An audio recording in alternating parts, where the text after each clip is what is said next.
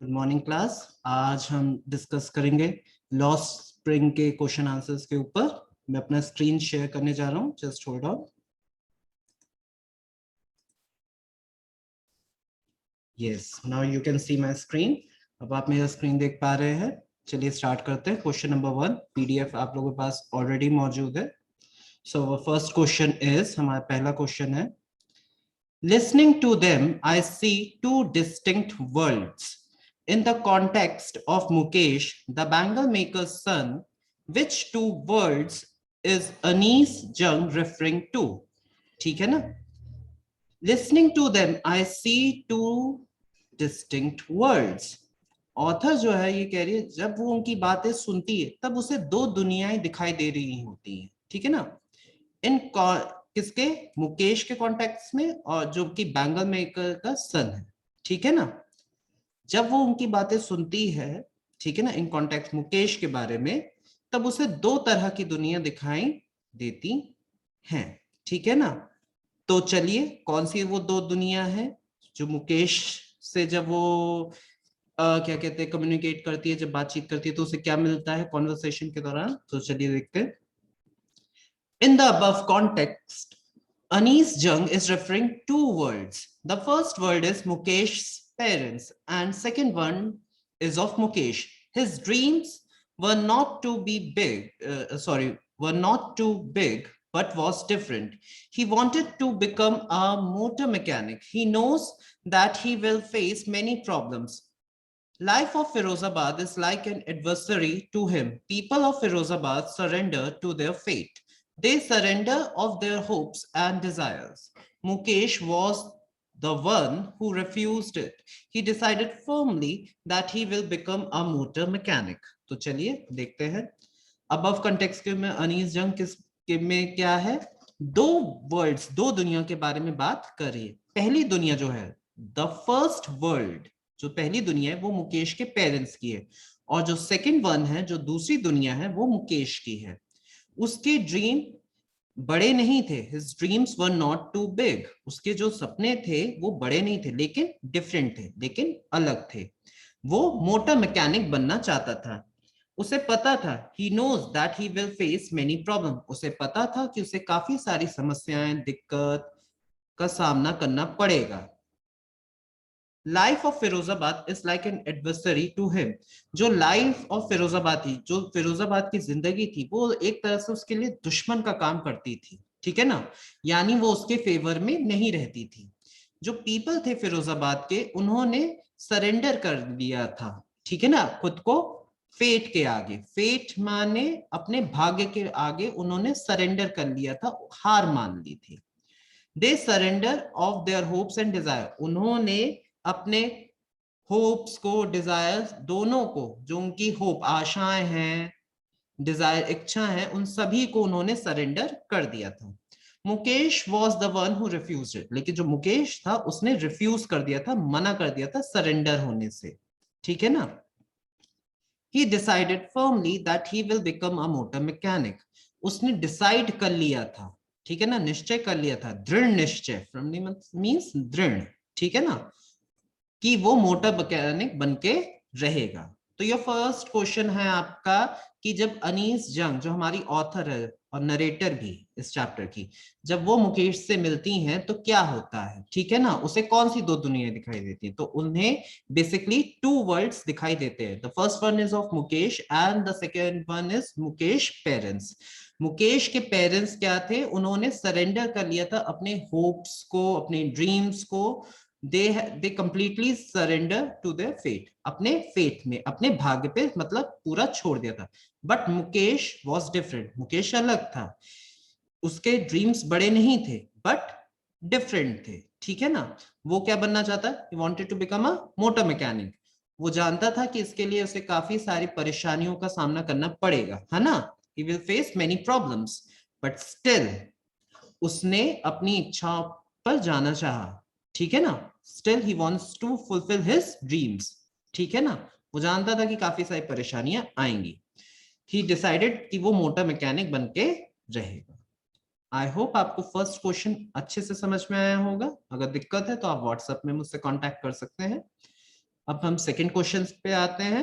Your second question is, यहाँ पे हिंदी में भी दिया है, आपकी पीडीएफ फाइल में भी है, तो आप उसमें भी एक बार देख सकते हैं, ठीक है ना। चलिए, your second question, what does the reference to chappals in लॉ Spring tells us about the economic condition of the rag pickers। जो चप्पल का रेफरेंस दिया गया है लॉ स्प्रिंग में, वो हमें क्या आर्थिक स्थिति बताता है, किसकी, रैग पिकर्स की। यानी जो रैग पिकर्स की आर्थिक स्थिति है वो चप्पल के द्वारा बताई गई है ना। तो हमें क्या समझ में आता है वो हम चलिए पढ़ते हैं। The reference of chappals in Law Spring is very important. It tells us the miserable life of the rag pickers settled in Simapuri. The parents can't even afford to buy slippers for them. Hence, their children remain barefoot. चलिए, जो reference दिया गया है चप्पल का law spring में, ठीक है ना, उल्लेख किया गया है, बताया गया है लॉ स्प्रिंग में चप्पल के बारे में, वो बहुत ही महत्वपूर्ण है। It is very important. क्यों? क्योंकि ये हमें बताता है कि क्या दयनीय जीवन, मिजरेबल लाइफ जी रहे हैं रैग पिकर्स, जो कि सीमापुरी में सेटल्ड है। सीमापुरी में जो सेटल्ड हो चुके हैं, जो निवास कर रहे हैं रैग पिकर्स, कचरा उठाने वाले, उनकी दयनीय स्थिति को ये चप्पल बताती है। The parents can't even afford to buy slippers for them। जो उनके पेरेंट्स हैं वो अफोर्ड भी नहीं कर सकते हैं कि वो अपने बच्चों को चप्पल खरीद के दे सके। मींस एक बेसिक चीज जो है चप्पल, वो तक वो अफोर्ड नहीं कर पा रहे। Hence their children remain barefoot। इसलिए उनके जो बच्चे हैं वो कैसे रहते हैं, barefoot रहते हैं। barefoot मींस नंगे पांव, ठीक। अगर रेफरेंस ऑफ चप्पल्स में क्यों इंपॉर्टेंट है, क्यों? क्योंकि ये हमें बताता है जो उनकी इकोनॉमिक कंडीशन है वो कितनी खराब है, कितनी पुअर है, कि वो एक सिंपल सी चीज जो चप्पल है, स्लीपर्स है, वो भी अफोर्ड नहीं कर पाते, ठीक। आई होप आपको ये समझ में आया होगा सेकंड क्वेश्चन। चलिए थर्ड क्वेश्चन की तरफ बढ़ते हैं। चलिए, your third question is, describe the irony in sahibs name. जो आयरनी है साहिब के नेम में वो बताइए, ठीक है ना। जैसे कि हम लोग पहले भी डिस्कस चुके हैं साहिब के कैरेक्टर में। तो चलिए, the full name of Saheb is Saheb Alam. It means lord of the universe. As per his name he should live as a king. The irony is that he is a barefoot rag picker. He can't even afford his basic needs। तो चलिए, जो full name है साहिब आलम का, means Sahib आलम का full name क्या है, means ये उसका पूरा नाम है। साहिब का पूरा नाम है साहिब आलम। इसका मतलब है लॉर्ड ऑफ द यूनिवर्स, यानी ब्रह्मांड का राजा। तो एज पर हिज नेम, अपने नाम के अनुसार उसे किंग की तरह, एक राजा की तरह जीवन जीना चाहिए। The irony is that he is a barefoot rag picker. लेकिन जो आयरनी है वो क्या है कि वो एक नंगे पांव घूमने वाला, कचरा उठाने वाला बच्चा है। वो अपने लिए एक चप्पल भी अफोर्ड नहीं कर सकता, ना बेसिक नीड्स अफोर्ड कर सकता है, ठीक है ना। जैसे स्कूल जाना, अच्छा खाना, भरपेट खाना, वो सारी चीजें वो अफोर्ड नहीं कर पाता। तो यही है आयरनी, कि साहिब का फुल नेम है Sahib Alam, means lord of the universe, but still he is living a rag pickers life. फिर भी वो कौन सा जीवन जी रहा है, एक रैग पिकर का जीवन जी रहा है।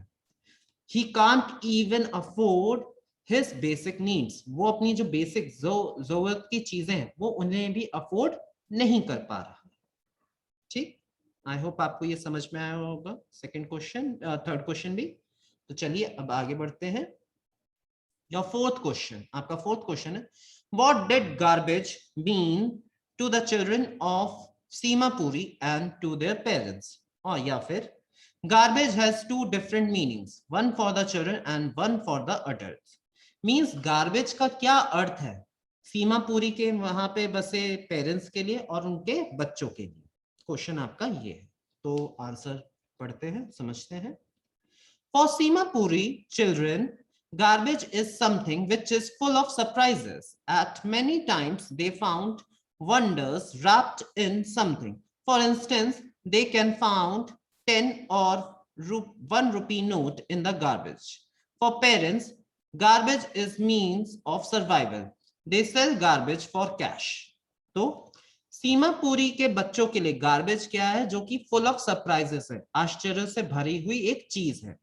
मैनी टाइम्स, काफी समय मतलब काफी बार उन्हें क्या मिल जाते हैं? वंडर्स मिल जाती, अनोखी चीजें मिल जाती हैं, कुछ रैप की, लिपटी हुई, ठीक है ना, कचड़े में लिपटी हुई उन्हें कुछ अनोखी चीजें मिल जाती हैं।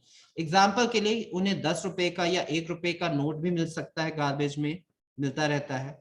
लेकिन पेरेंट्स के लिए वो क्या है? मीन्स ऑफ सर्वाइवल, यानी जीवन जीने का एक साधन है। मीन्स ऑफ सर्वाइव यानी जीवन जीने का एक साधन है कचरा उनके लिए। वो गार्बेज को बेचते हैं कैश के लिए, यानी पैसों के लिए वो कचड़े को बेचते हैं। तो पहला एग्जाम्पल क्या है बच्चों के लिए? क्या है वो? एक one means full of surprises, wonders, they can found anything, है ना। इवन 10 रुपीज और 1 रुपी नोट, 10 रुपए या 1 रुपए भी वो पा जाते हैं। But for parents it means of survival, उसका मतलब है जीवन जीने का एक साधन है। They sell garbage for cash, वो गार्बेज को बेचते हैं पैसों के लिए। ठीक, आई होप आपको फोर्थ क्वेश्चन भी आ गया होगा समझ में। ये उसकी हिंदी भी है, आप एक बार पढ़ लीजिएगा, और अगर दिक्कत जाती है तो आप मुझसे से पूछ भी सकते हैं। अब फिफ्थ क्वेश्चन में आते हैं। What does Sahib look for in the garbage dumps? Sahib क्या ढूंढता है गार्बेज डंप्स में? ठीक है ना, जो डंप माने जो ढेर पड़ा है कचड़े का, उसमें वो क्या ढूंढता है? Sahib was looking for currency notes and coins in the garbage dump. He belonged to a Bangladeshi family. His family was migrated to India during the Indo-Pak War in 1971. They came India in search of livelihood. चलिए, Sahib currency notes या coins ढूंढने की कोशिश करता है, किसमें? Garbage dump में, यानी कचड़े के ढेर में वो क्या ढूंढने की कोशिश करता है? पैसे। वो किसको बिलोंग करता है? वो बांग्लादेशी फैमिली को बिलोंग करता है, यानी उसकी जो फैमिली है वो बांग्लादेश से आई है। उसकी फैमिली क्या थी? माइग्रेट होकर आई थी जब इंडिया और पाकिस्तान का वॉर चल रहा था 1971 में, ठीक है ना, तब वो लोग इंडिया आए थे। मेन मकसद क्या था? लाइवलीहुड, मींस वहां रोजगार के लिए वो लोग इंडिया आए थे, ठीक है ना। किसके लिए आए थे? रोजगार के लिए वो इंडिया आए थे।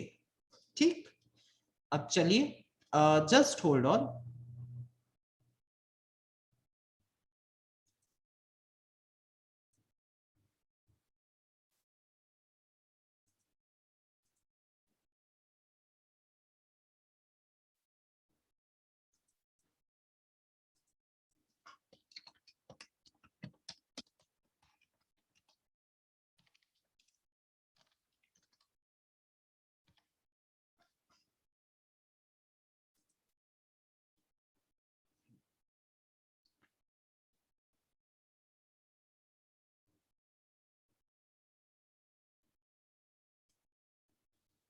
चलिए आगे बढ़ते हैं। अब आपका सिक्स्थ क्वेश्चन क्या है? Your sixth question is, why did Saheb's parents leave Dhaka and migrate to India? Saheb के पेरेंट्स ने ढाका यानी बांग्लादेश में ढाका क्यों छोड़ा और क्यों वो इंडिया आए? Sahib's parents belonged to Dhaka in Bangladesh. They used to live in green fields. They and other rag pickers left their homes. They came to India in search of livelihood. Their homes and fields were destroyed in storms. Sahib के जो parents थे वो Dhaka means Dhaka को belong करते थे, जो कि बांग्लादेश में था।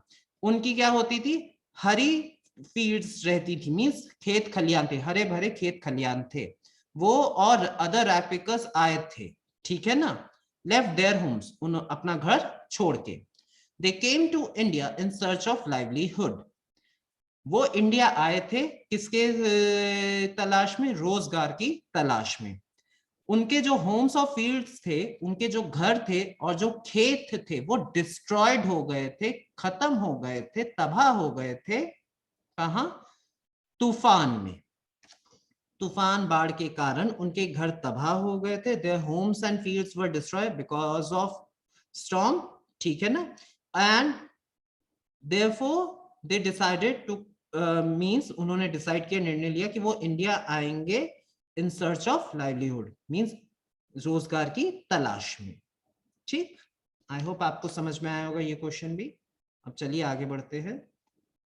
Seventh question, your seventh question is in what sense is garbage gold to the rag pickers. ठीक है ना, किस सेंस में, यानी किस मीन्स भावना से गार्बेज को गोल्ड कहा जा रहा है। ठीक है ना, तो चलिए, रैग पिकर्स जो है गार्बेज को, कचड़े को गोल्ड क्यों समझते हैं। Garbage was gold to the rag pickers of Simapuri. They used to sell garbage for cash.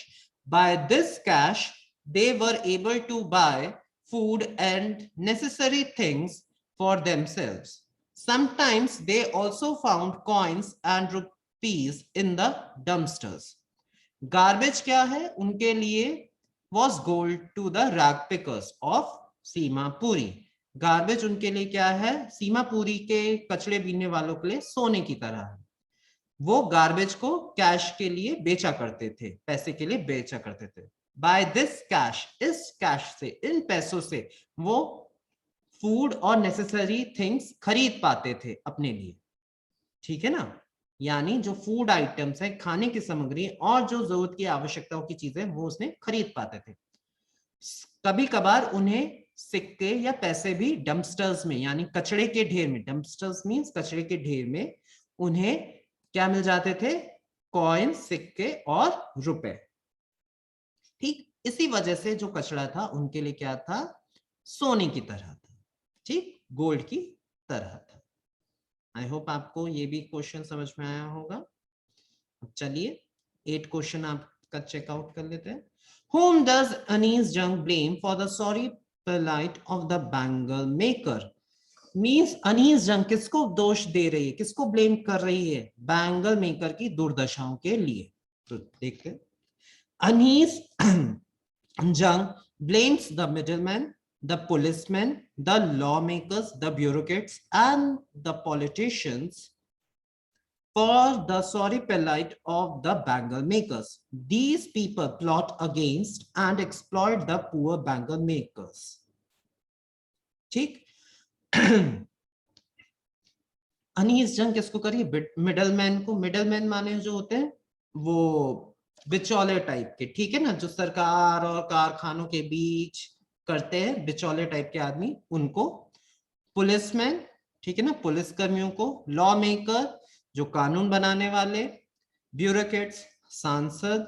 और पॉलिटिशियन, नेताओं को, इन सभी को वो दोष दे रही है कि मींस गवर्नमेंट को वो पूरा का पूरा दोष दे रही है जो बैंगल मेकर्स की दुर्दशा, बुरी हालत चल रही है, क्योंकि ये लोग प्लॉट करते हैं, उनको एक्सप्लॉइट करते हैं, उनका नाजायज फायदा उठाते हैं, उनका शोषण करते हैं। ठीक, बैंगल्स मेकर जो चूड़ियां बनाते हैं। अब 9th क्वेश्चन में आते हैं। Your 9th question is what is Mukesh dream? Do you think he will be able to fulfil his dream? Why या फिर व्हाई नॉट? मुकेश का ड्रीम क्या था? आपको लगता है कि वो अपना जो ड्रीम है, जो सपना साकार कर पाएगा?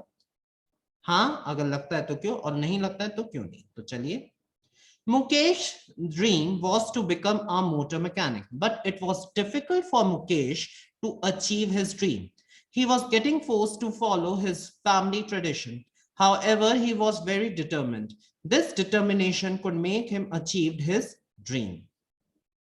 मुकेश का जो ड्रीम था वो क्या था? मोटर मैकेनिक बनने का था, लेकिन ये उसके लिए काफी डिफिकल्ट भी था, काफी मुश्किल था कि वो अपने ड्रीम को अचीव कर सके।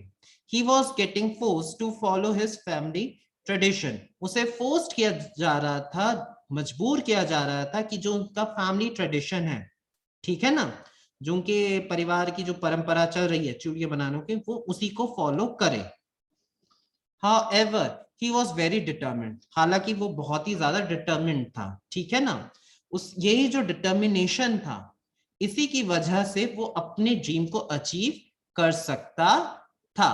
यानी जो उसका संकल्प उसने ले रखा था, ठीक है ना, जो उसने निश्चय कर रखा था, वो दृढ़ था, और यही निश्चय, संकल्प, डिटर्मिनेशन जो था, वो उसके ड्रीम को फुलफिल कर पाता। देखिए ड्रीम हर कोई देखता है, लेकिन जब तक स्ट्रॉन्ग डिटर्मिनेशन, जब तक आप खुद डिटर्मिन ना हो किसी चीज को लेकर, तब तक आपका वो सपना सपना ही रह जाता है, आपको मेहनत करनी होती है। ठीक उसी तरह मुकेश जानता था कि काफी स्ट्रगल्स रहेंगे, लेकिन उसने डिसाइड कर लिया था कि वो मोटा मैकेनिक बन के रहेगा।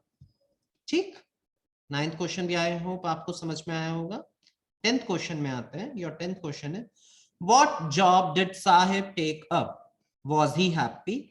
साहिब ने कौन सी जॉब ली थी और क्या वो खुश था? Sahib started working in a tea shop. He did many strange things there. He had to bring milk from the milk booth. He was not happy there. He had lost his freedom. He was no longer his master. Sahib ने T stop में यानी चाय के ठेले पे काम करना start कर दिया था। He did many strange things there. वहां पे वो काफी सारी अजीब चीजें भी किया करता था। उसे काफी सारा मिल्क लेकर आना पड़ता था, मिल्क बूथ से, दूध की दुकान से उसे दूध लाना पड़ता था। He was not happy there. वो वहां पे खुश नहीं था। He had lost his freedom. उसने अपनी आजादी खो दी थी। Freedom means आजादी खो दी थी। वो अपना खुद का मालिक नहीं था। He was no longer his master. ठीक है ना, वो अपना खुद का मालिक नहीं था, अपना स्वयं का स्वामी नहीं था। तो ये थे आपके क्वेश्चन नंबर 1 से लेकर 10 तक। ठीक है, एक बार हम इन्हें फिर से रिवाइज कर लेते हैं। ठीक है ना,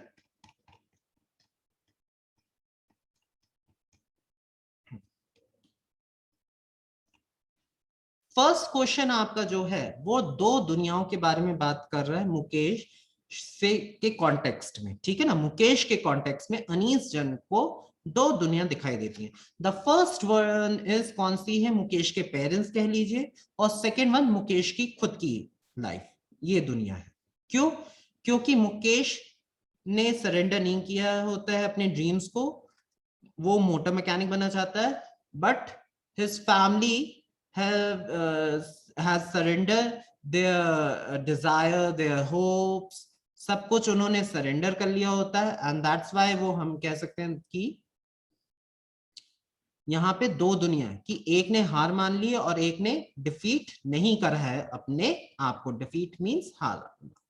ठीक, अब सेकेंड क्वेश्चन है आपका कि जो चप्पल का रेफरेंस दिया गया है ना, उसका क्या महत्व है? व्हाट मींस क्या दिखाता है, क्या दर्शाता भी है। ठीक है ना, क्या अगर क्वेश्चन ऐसा आ जाए, means in lost spring the reference of chappals is very important, describe.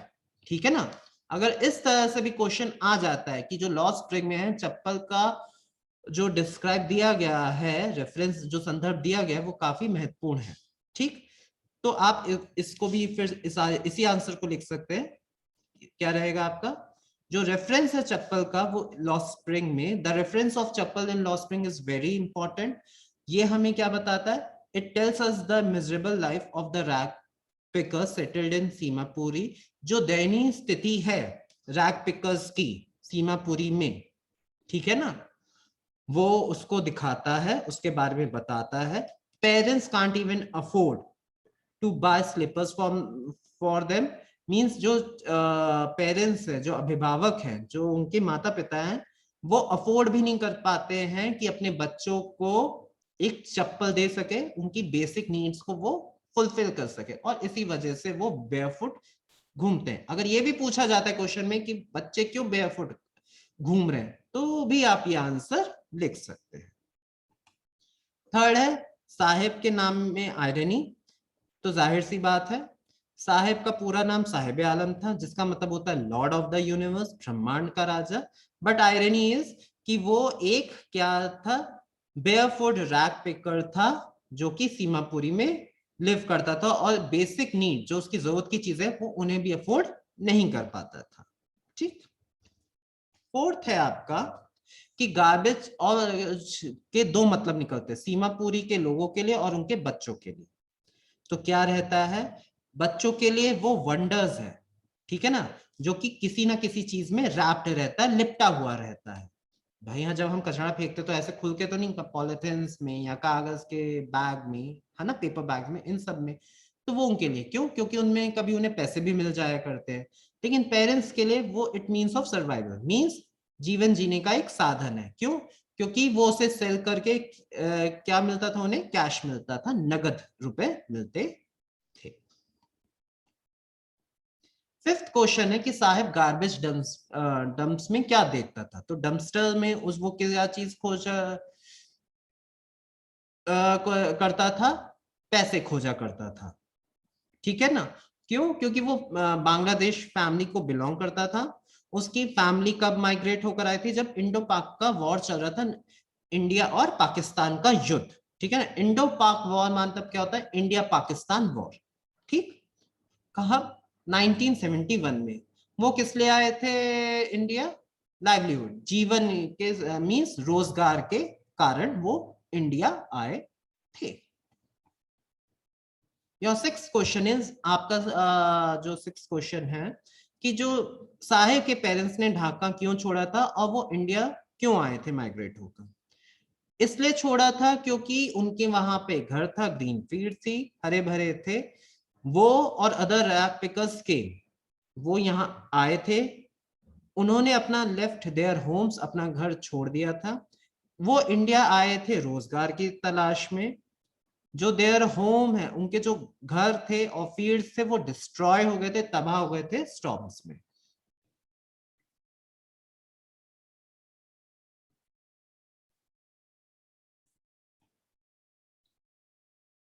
अब है सेवेंथ क्वेश्चन की गार्बेज उनके लिए गोल्ड क्यों था। क्यों था भाई, क्योंकि वो उसे बेचकर अपनी जरूरत की चीजें, अपने खाना और जो भी जरूरत की चीजें वो उन्हें खरीद पाते थे। ठीक, और सिक्के और रुपए भी उन्हें मिल जाते थे। ठीक, आपका एट क्वेश्चन क्या है कि किसे अनीस जंग ब्लेम दे रही है हमारी ऑथर, हमारी नरेटर, मिडलमैन को, पुलिसमैन, लॉ मेकर जो कानून बनाते हैं, ब्यूरोक्रेट्स मीन सांसद, और ब्यूरोक्रेट्स के बाद पॉलिटिशियंस हमारे नेता। यही सब बदहाली के जिम्मेदार थे सीमापुरी के। ठीक, नाइन्थ है कि आपको क्यों लगता है कि मुकेश, जो मुकेश का ड्रीम क्या है वो कैसे क्यों पूरा हो पाएगा। क्यों, वो सभी जानते हैं कि मुकेश का जो ड्रीम था मोटर मैकेनिक, वो बनने के लिए उसे काफी स्ट्रगल करना पड़ता, but still he was a determined person. इसी वजह से, इसके स्ट्रॉन्ग डिटर्मिनेशन की वजह से वो अपने ड्रीम को फुलफिल कर पाएगा। टेंथ क्वेश्चन है आपका कि साहिब ने कौन सी जॉब ली थी, है ना। टी स्टॉल में उसने काम स्टार्ट कर दिया था, but he was not happy because he was not his own master. वो अपना खुद का मालिक अब नहीं रहा था। उसे दूध लाना पड़ता था, कनस्तर ढोना पड़ता था, बहुत सारे काम कर। आप ये भी लिख सकते हैं कि he used to wash plates, cups, है ना, ये सारी चीजों से करनी पड़ती थी। अब वो एक मजदूर बन के रह गया था जो दूसरों के डिसीजन पे डिपेंड करता था। ठीक है ना, वो खुद अपना डिसीजन नहीं ले सकता था। ठीक, आई होप आपको ये 10 क्वेश्चन समझ में आ गए होंगे। इस वीडियो में 10 क्वेश्चन समझा रहा हूं। आप लोगों का होमवर्क ये है, ये क्वेश्चन तो लिखना भी है, समझना भी है, जाहिर सी बात अपने कॉपी में। इसके बाद आपको नेक्स्ट क्लास के लिए प्रिपेयर्ड होके आना है, जो बाकी के क्वेश्चंस हैं। ठीक है ना, आपके पास ऑलरेडी पीडीएफ फाइल है, आप उसमें देख सकते हैं। ठीक है ना, बाकी के क्वेश्चन आपको नेक्स्ट वीडियो में समझाऊंगा। आज के लिए इतना ही। Thank you.